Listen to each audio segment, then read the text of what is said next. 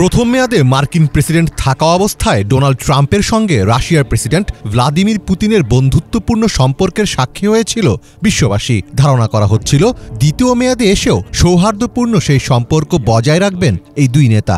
অবশেষে দীর্ঘ নীরবতার পর হোয়াইট হাউস আর ক্রেমলিনের মধ্যে আবারও শুরু হলো যোগাযোগ। 90 মিনিটে একটা সম্পূর্ণ ফুটবল ম্যাচ হয়ে যায়। বুধবার এতটাই দীর্ঘ সময় ধরে ফোনে কথা বললেন ডোনাল্ড ট্রাম্প এবং ভ্লাদিমির পুতিন। কিভাবে রাশিয়া ইউক্রেন যুদ্ধের অবসান ঘটানো যায় সেটাই ছিল তাদের আলোচ্য বিষয়। 3 বছর ধরে চলা রাশিয়া ইউক্রেন যুদ্ধ বন্ধে এই ফোনালাপকে অনেক বড় একটি পদক্ষেপ হিসেবে দেখছেন আন্তর্জাতিক বিশ্লেষকরা। দুই নেতার ফোনালাপের বিস্তারিত জানিয়েছেন ক্রেমলিনের মুখপাত্র দিমিত্রি পেসকভ।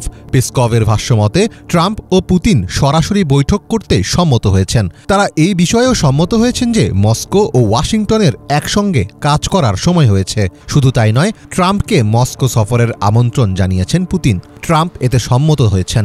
জবাবে পুতিনকেও ওয়াশিংটন সফরের আমন্ত্রণ জানিয়েছেন ট্রাম্প। রুশ প্রেসিডেন্টের সাথে আলাপের পর ইউক্রেনের প্রেসিডেন্ট ভলোদিমির জেলেনস্কির সঙ্গেও টেলিফোনে কথা বলেন ট্রাম্প। জেলেনস্কি জানান, যুদ্ধ বন্ধ ও শান্তি প্রতিষ্ঠায় একটি স্থায়ী সমাধানে তিনি মার্কিন প্রেসিডেন্টের সাথে কাজ শুরু করেছেন।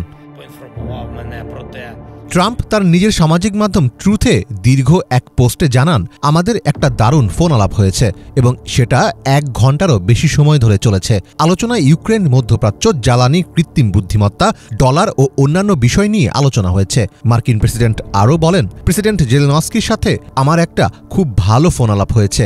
আমার মনে হয় আমরা শান্তির পথে এগিয়ে যাচ্ছি। প্রেসিডেন্ট পুতিন এবং প্রেসিডেন্ট জেলেনস্কি শান্তি চান। আমি শুধু দেখতে চাই মানুষ হত্যা বন্ধ হোক। দ্বিতীয়বার যুক্তরাষ্ট্রের ক্ষমতায় ফিরেই ট্রাম্প বলেছিলেন তিনি রাশিয়া ও ইউক্রেনের মধ্যে যুদ্ধের অবসান চান। 1 মাস যেতে না যেতেই সেই প্রতিশ্রুতি বাস্তবায়নে উদ্যোগ নিলেন মার্কিন প্রেসিডেন্ট। 2014 সালে ইউক্রেনের প্রো রাশিয়ান প্রেসিডেন্টকে ক্ষমতা থেকে সরানোর পর মস্কো ক্রিমিয়া দখল করে এবং পূর্ব ইউক্রেনে রুশপন্থী বিদ্রোহীদের সহায়তা দেয়। প্রায় 3 বছর আগে রাশিয়া ইউক্রেনে পূর্ণমাত্রার আগ্রাসন চালায়। এই যুদ্ধে রাশিয়া ইউক্রেনের প্রায় 1/5 এলাকা দখল করেছে এবং একে অপরের ওপর হামলা চালিয়ে যাচ্ছে।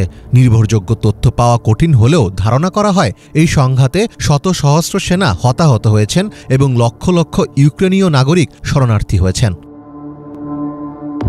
মীর ফজলে রাব্বি, বাংলা ভিশন।